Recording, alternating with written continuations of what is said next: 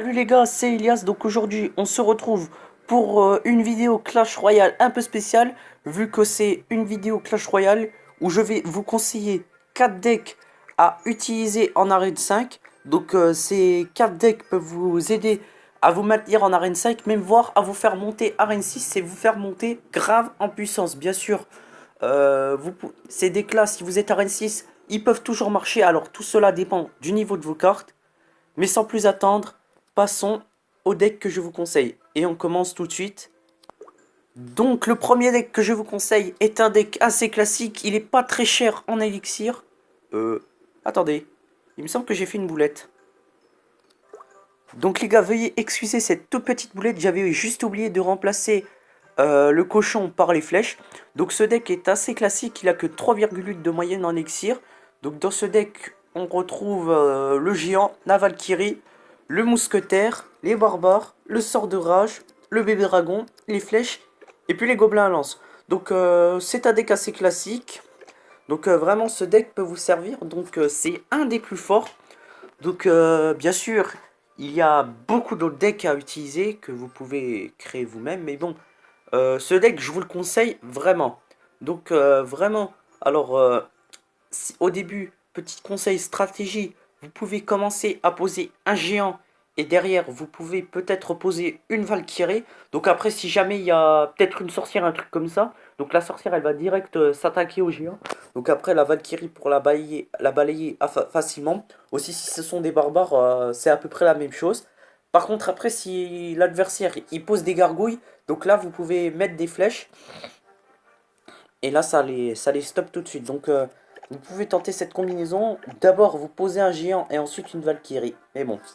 Après, si ces deux-là n'apparaissent pas parmi les premiers, vous pouvez toujours tenter cette combinaison-là. Alors, si je fais pas ça au hasard, je vous dis.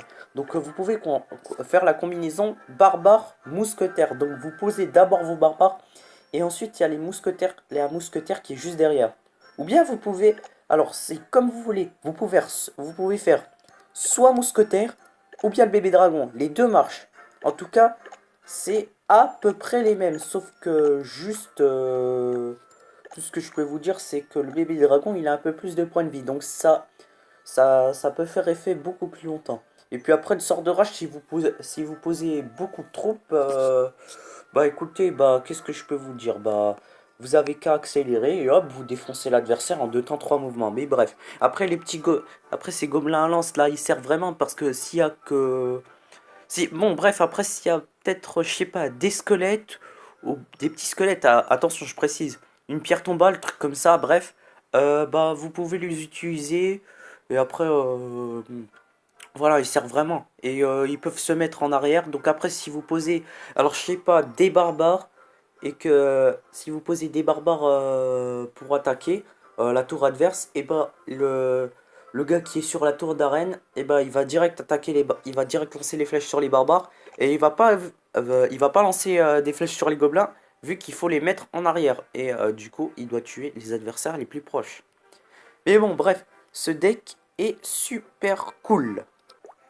Donc les gars, le deuxième deck que je vous conseille à utiliser est le moins cher de tous. Donc c'est un deck tout à fait classique. Juste un truc, attendez une seconde. Donc ce deck, les gars, veuillez m'excuser, est le deck le moins cher que je vous conseille à utiliser. Donc on retrouve surtout des communes et aussi des épiques. Alors c'est moite-moite, 50 communes, 4 communes, 4 épiques. Donc dans ce deck, on retrouve les petits squelettes. Donc vous vous dites sûrement ils servent pas trop, mais en vrai dans ce deck, ils vont vous servir. Je vais vous dire tout de suite pourquoi après. Les gobelins à lance, l'électrocution, la foudre. Alors ça c'est la carte la plus chère du deck. La Tesla, le bébé dragon, le miroir. Alors là vous pouvez vraiment l'utiliser le miroir, vu que le deck il est pas cher du tout.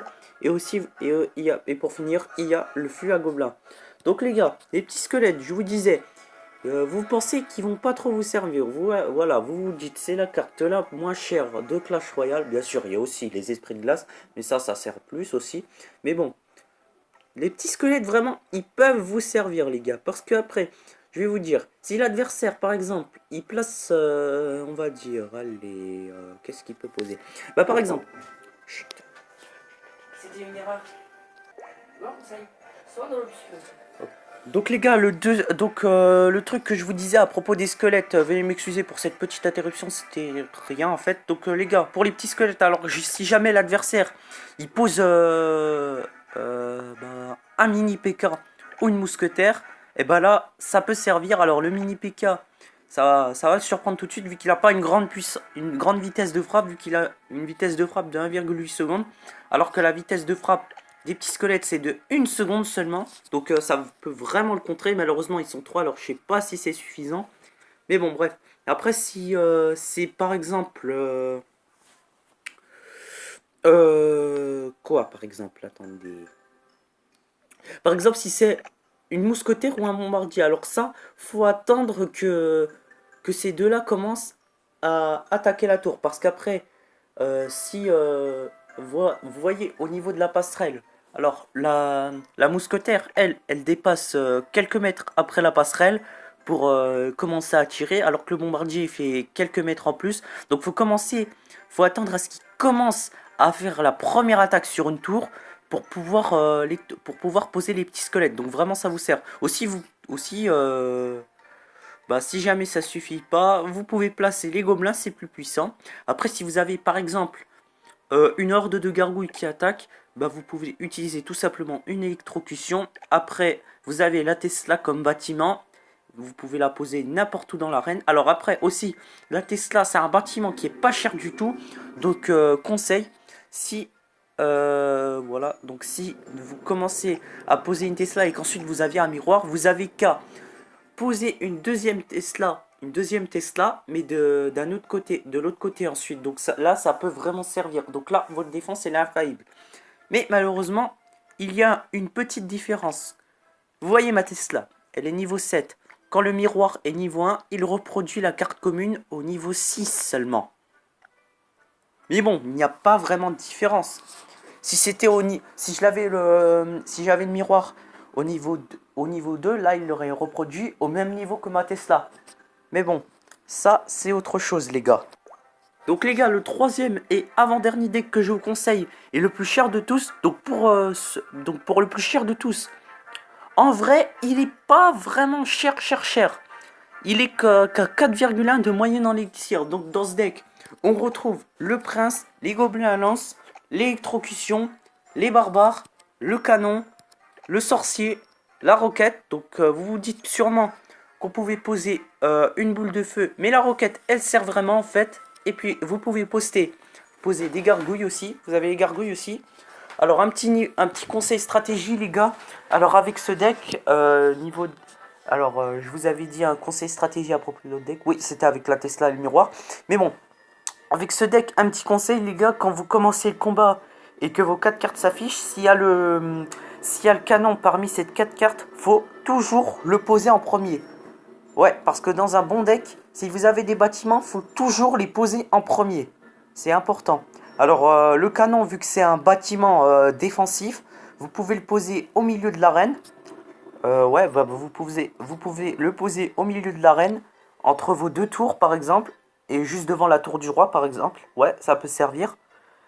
Et, euh, et voilà, après, il peut attaquer des deux côtés non-stop. Mais bien sûr, il ne dure que 30 secondes malheureusement, alors ce n'est pas vraiment beaucoup. Mais bon, aussi le prince il peut vous servir parce que après, si vous faites une bonne combinaison, par exemple, vous avez la combinaison prince et gargouille. Alors aussi, prince et gargouille, donc d'abord vous posez un prince et vous mettez une horde de gargouilles juste au-dessus. Comme ça, après, s'il y a des adversaires, par exemple, comme la Valkyrie, un truc comme ça, là, elle pourra pas résister à la Valkyrie vu qu'elle ne touche que les adversaires qui sont au sol. Donc là, ça peut vraiment faire de gros dégâts. Mais aussi, cette combinaison marche avec le sorcier. Vous pouvez mettre, par exemple, un sorcier et un prince. Donc d'abord vous mettez le prince et ensuite le sorcier. Donc vraiment, ça fait de gros dégâts. Mais aussi, vous pouvez faire l'inverse, sorcier et horde de gargouilles. D'abord vous posez une horde de gargouilles et juste derrière vous mettez le sorcier. Donc ce deck il est vraiment infaillible. Après les petits gobelins, enfin les gobelins à lance, ils servent seulement quand il y a des adversaires qui sont pas vraiment puissants. Ok, d'accord.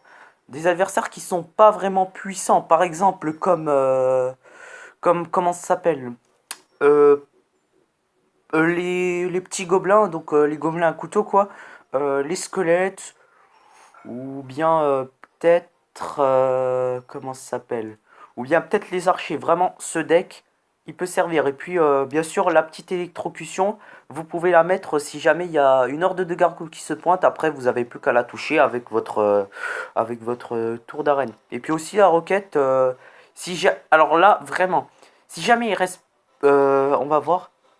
Regardez les gars, si jamais il reste moins de 400 points de vie à la tour que vous voulez attaquer, bah là, hop, vous n'attendez pas, vous réfléchissez pas, hop, vous posez direct une roquette et ça le tue tout de suite.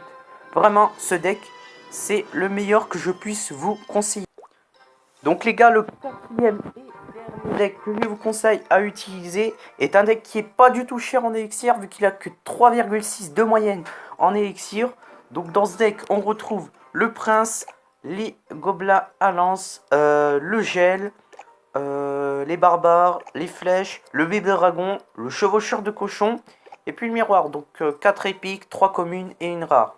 Donc vraiment, ce deck, les gars, il sert vraiment parce que...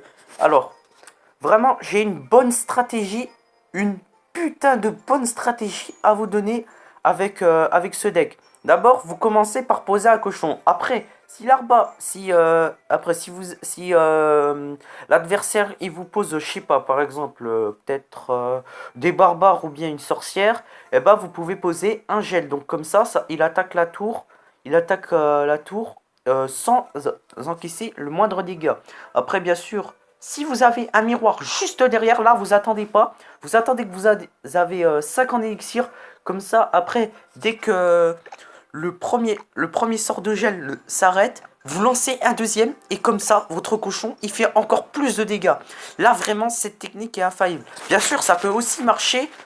Ah non, ça marche pas tellement avec un prince, vu qu'il attaque tout. Et que le cochon, lui, il attaque que les bâtiments. Donc, ça marche pas vraiment avec un prince. Aussi, le bébé dragon, il sert plutôt pour défendre dans ce deck, vu que si jamais il y a une horde de gargouilles qui attaque, bah il peut attaquer, ou bien il peut les attaquer et les brûler. Mais vous pouvez poser des flèches aussi, c'est à peu près la même chose. Sauf que là, le bébé dragon, il va perdre quand même pas mal de ses points de vie, alors c'est un peu chaud quand même. Et après les barbares, après si votre adversaire il pose un prince, bah là les barbares ils peuvent les stopper en un rien de temps. Mais après par contre, si votre adversaire, je sais pas, allez, je sais pas moi, s'il pose une Valkyrie, bah là tout dépend du niveau de la Valkyrie. Si elle est niveau 5, vous pouvez l'arrêter difficilement, vous pouvez l'arrêter, mais après il reste quasiment plus de points de vie à vos barbares. Par contre, si elle est niveau 6 ou 7, là vous êtes bien dans la merde, hein. Mais ce que je veux dire, c'est que face à une Valkyrie niveau 6 ou 7, les barbares, ils ont aucune chance, même si c'est dans votre zone de combat. Et après, les gobelins, ils servent, comme je vous l'ai dit dans le dernier deck, là, ils servent à stopper les adversaires qui causent pas vraiment de danger. Alors par contre, si votre adversaire il pose un bombardier, je veux dire, là ça peut vraiment les stopper. Mais bon, vaut mieux si après s'il attaque avec un bombardier, faut les poser juste quand le bombardier commence à attaquer la tour. Donc les gars, voilà, c'est la fin de cette vidéo des 4 decks que je vous conseille à utiliser à Arène 5 qui peut vous faire monter à Arène 6.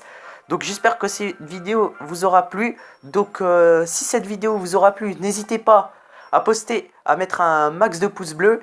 Et abonnez-vous à la chaîne, ça ferait vraiment plaisir. Donc c'était Elias avec les decks à utiliser Arène 5. Ciao ciao.